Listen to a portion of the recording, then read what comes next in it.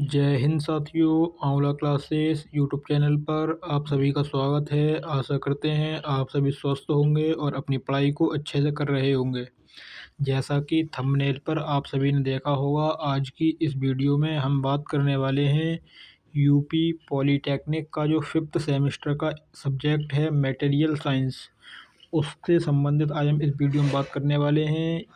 हम आपको इस सब्जेक्ट से संबंधित केवल 5 वीडियो उपलब्ध कराएंगे, जिसमें हम आपको बहुत ही महत्वपूर्ण प्रश्न कराएंगे। यदि आप इन प्रश्नों को अच्छे तरह से करके जाते हैं तो आपके 50 नंबर का जो एग्ज़ाम होता है उसमें कम से कम 35 से 40 अंक आराम से आ जाएंगे, यदि आप केवल इतना ही कर लेते हैं तो। यदि आपका और ज़्यादा टाइम है तो आप और भी प्रश्नों को देख सकते हैं, लेकिन इन प्रश्नों को ज़रूर देखें। तो आइए इस क्लास को स्टार्ट करते हैं और देखते हैं प्रश्नों को, कैसे प्रश्न रहने वाले हैं। तो ये रहा हमारा पहला प्रश्न, जिसका हेडिंग है यांत्रिक गुण। क्वेश्चन ये है, explain the following mechanical properties.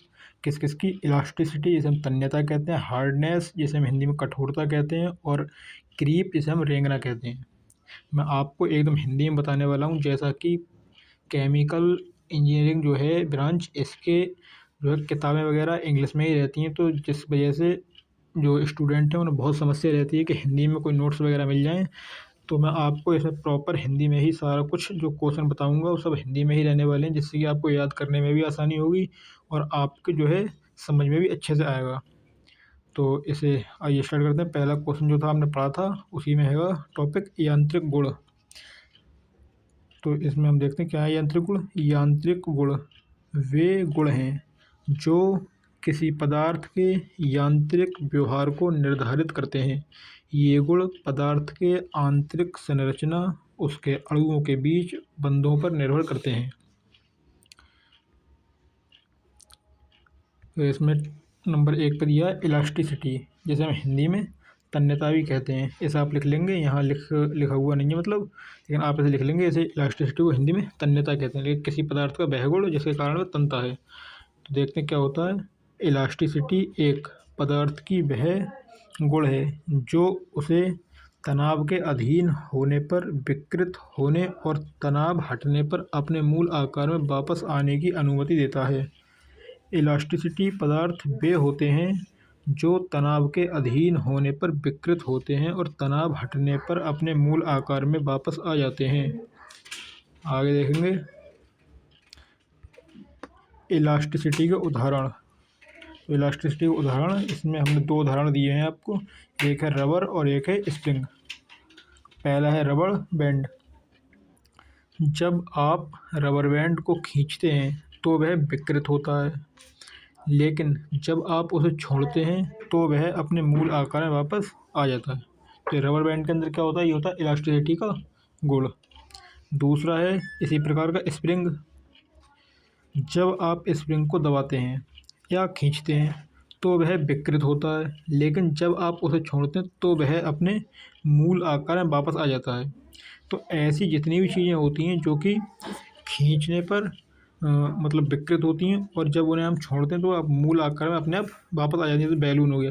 तो ये सारी चीज़ें जो होती हैं ये इलास्टिसिटी के उदाहरण होती हैं। इलास्टिसिटी अर्थात तन्यता। और अगला देखते हैं आगे क्या दिया है, इलास्टिसिटी के महत्व। नंबर 1 पर दिया है आपको, इलास्टिसिटी का उपयोग विभिन्न यांत्रिक अनुप्रयोगों में किया जाता है, जैसे कि स्प्रिंग, रबर बैंड और इलास्टिक फाइबर। तो इलास्टिसिटी का इन सारी चीज़ों में प्रयोग किया जाता है। नंबर 2 पे दिया है आपको, इलास्टिसिटी का उपयोग यांत्रिक ऊर्जा को, किसको? यांत्रिक ऊर्जा। यांत्रिक ऊर्जा जो होती है वो होती है गतिज और स्थिर दोनों ऊर्जाओं का मतलब सम्मिलित रूप जो होता है वो होता है यांत्रिक ऊर्जा। तो यांत्रिक ऊर्जा को संग्रहित करने और उसे बाद में उपयोग करने के लिए किया जाता है। अगला टॉपिक है आपका हार्डनेस, जिसे हिंदी में हम कहते हैं कठोरता। इसे देखेंगे, हार्डनेस अर्थात कठोरता। हार्डनेस एक पदार्थ का वह गुण है जो उसे खरोंच, घिसाव और अन्य प्रकार के यांत्रिक तनाव के प्रति प्रतिरोधी बनाती है। हार्ड पदार्थ वे होते हैं जो खरोंच, घिसाव और अन्य प्रकार के यांत्रिक तनाव के प्रति प्रतिरोधी होते हैं। अब देखेंगे हार्डनेस के उदाहरण। हार्डनेस के उदाहरण, कठोरता के उदाहरण कौन कौन से हैं। तो हार्डनेस का उदाहरण नंबर 1 पे दिया स्टील। जो स्टील होता है वो हार्डनेस का एक मुख्य उदाहरण है। और दूसरा हीरा। हीरा ही बहुत ज़्यादा कठोर होता है, ये भी कठोरता का अर्थात हार्डनेस का एक महत्वपूर्ण उदाहरण है। तो स्टील एक हार्ड पदार्थ है जो खरोंच, घिसाव और अन्य प्रकार के यांत्रिक तनाव के प्रति प्रतिरोधी होता है। हीरा एक हार्ड पदार्थ है जो खरोंच, घिसाव और अन्य प्रकार के यांत्रिक तनावों के प्रति प्रतिरोधी होता है। आगे देखते हैं हार्डनेस के महत्व। हार्डनेस के क्या महत्व हैं। तो हार्डनेस के महत्व नंबर 1 पर दिया, हार्डनेस का उपयोग विभिन्न यांत्रिक अनुप्रयोग में किया जाता है, जैसे कि मशीन टूल, कटर और ड्रिल बिट। इन चीज़ों में जो है हार्ड पदार्थों की आवश्यकता होती है। और नंबर 2 पे हमें दिया, वो दिया हार्डनेस का उपयोग पदार्थ की सतह को खरोंच और घिसाव से बचाने के लिए भी किया जाता है। तो हार्डनेस जो होती है, हार्ड पदार्थों का प्रयोग ऐसी जगह किया जाता है जैसे कि किसी सतह बनाने में, ऐसी सतह जिस पर कोई खरोंच ना आए और कोई घिसाव ना आए, तो ऐसी चीज़ों में हार्ड पदार्थ का उपयोग किया जाता है। अगला देखते हैं। अगला दिया क्रीप। क्रीप को हिंदी में कहते हैं रेंगना। तो ऐसा आप लिख लेंगे रेंगना, इसमें लिखा हुआ नहीं है, अगर आप नोट्स बनाएंगे तो उसमें लिखते जाएंगे। क्रीप का अर्थ होता है रेंगना। क्रीप एक पदार्थ का वह गुण है जो उसे समय के अनुसार धीरे धीरे विकृत होने की अनुमति देता है। क्रीप दर एक पदार्थ की वह दर है जिस पर वह क्रीप के अधीन होता है। क्रीप के उदाहरण देखेंगे हम। क्रीप के उदाहरण कौन कौन से। नंबर 1 पर दिया प्लास्टिक। प्लास्टिक एक पदार्थ है जो क्रीप के अधीन होता है। जब आप प्लास्टिक को एक निश्चित तनाव के अधीन रखते हैं तो वह धीरे धीरे विकृत होता है। नंबर 2 पर दिया मेटल। मेटल एक पदार्थ है जो क्रीप के अधीन होता है। जब आप मेटल को एक निश्चित तनाव के अधीन रखते हैं तो वह धीरे धीरे विकृत होता है। देखते हैं क्रीप के महत्व। क्रीप का महत्व। क्रीप का उपयोग विभिन्न यांत्रिक अनुप्रयोगों में किया जाता है, जैसे कि प्लास्टिक और मेटल के निर्माण में। नंबर 2 पर क्रीप का उपयोग पदार्थ की समय के अनुसार विकृति को समझने के लिए भी किया जाता है। अगला क्वेश्चन है आपका, एल्यूमिनियम मिश्र धातु और उनके गुण। जो एल्यूमिनियम द्वारा जो मिश्र धातुएं बनाई जाती हैं वो कौन कौन सी हैं और उनके गुण क्या क्या हैं, उन्हें हम देखेंगे। तो एल्यूमिनियम मिश्र धातु एल्यूमिनियम के साथ अन्य धातुओं के मिश्रण से बनाई जाती हैं। ये मिश्र धातु एल्यूमिनियम के गुणों को बढ़ाने और उन्हें विभिन्न अनुप्रयोगों के लिए उपयुक्त बनाने के लिए डिजाइन किया जाता है। एल्यूमिनियम मिश्र धातु के प्रकार। एल्यूमिनियम मिश्र धातु के कई प्रकार होते हैं, जिनमें से कुछ प्रमुख हैं। नंबर 1 पे है 2000 श्रृंखला। इस श्रृंखला में तांबा, जिसका सिंबल है Cu, मुख्य मिश्र धातु तत्व होता है। ये मिश्र धातु उच्च शक्ति और अच्छी मशीनिंग क्षमता के लिए जानी जाती है। अगला है 2000 श्रृंखला।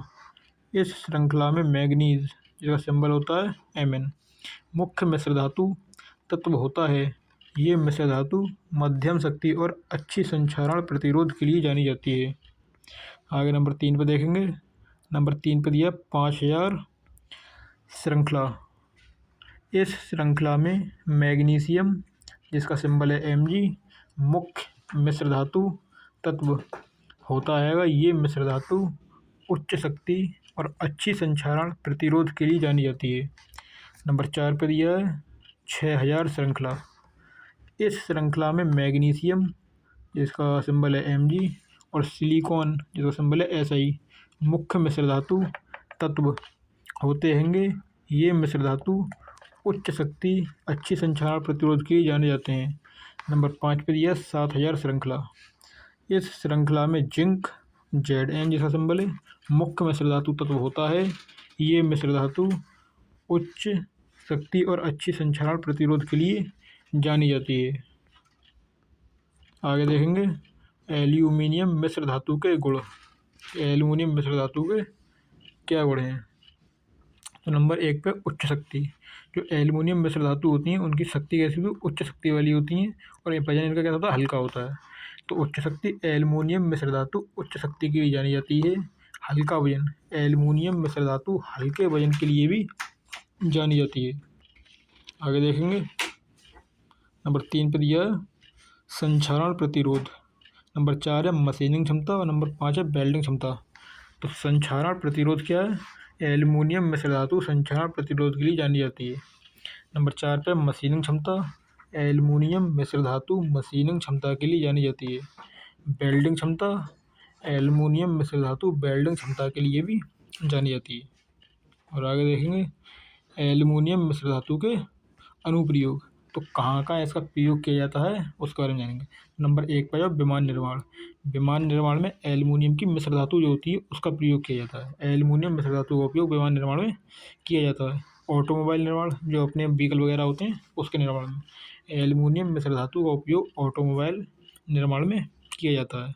नंबर 3 पर दिया है बिल्डिंग निर्माण। ये बिल्डिंग बनती है मकान वगैरह, तो ये बिल्डिंगों के निर्माण में भी एल्यूमिनियम मिश्र धातु का प्रयोग किया जाता है। एल्यूमिनियम मिश्र धातु का उपयोग बिल्डिंग निर्माण में किया जाता है। नंबर 4 पे दिया है पैकेजिंग। जो पैकेजिंग होती है मतलब पैकिंग करते हैं तो उसमें भी एल्यूमिनियम मिश्र धातु का ही प्रयोग किया जाता है। और एक है इलेक्ट्रॉनिक्स। जो इलेक्ट्रॉनिक्स उपकरण होते हैं इसके निर्माण में भी एल्यूमिनियम मिश्र धातु का उपयोग किया जाता है। अगला क्वेश्चन यह है फेज डायग्राम। फेज डायग्राम इस पॉइंट को आपको अच्छे से याद रखना, ये क्वेश्चन बन सकता है इस बार।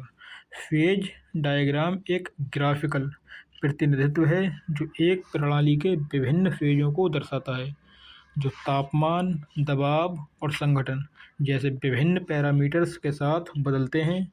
यह एक महत्वपूर्ण उपकरण है जो पदार्थ विज्ञान, रसायन विज्ञान और इंजीनियरिंग में उपयोग किया जाता है। क्या? Phase diagram. आगे देखेंगे फेज डायग्राम के प्रकार की क्या प्रकार का होता है। तो फेज डायग्राम के प्रकार नंबर 1 पे दिया जाएगा एक घटक फेज डायग्राम। यह फेज डायग्राम एक एकल घटक प्रणाली के लिए होता है जैसे कि पानी।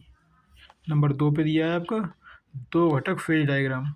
यह फेज डायग्राम 2 घटकों वाली प्रणाली के लिए होता है जैसे कि पानी और अल्कोहल। नंबर 3 पे दिया है आपका 3 घटक फेज डायग्राम। यह फेज डायग्राम 3 घटकों वाली प्रणाली के लिए होता है जैसे कि पानी, अल्कोहल और नमक। फिर दिया है फेज डायग्राम के प्रमुख तत्व। ये प्रमुख तत्व कौन से होंगे?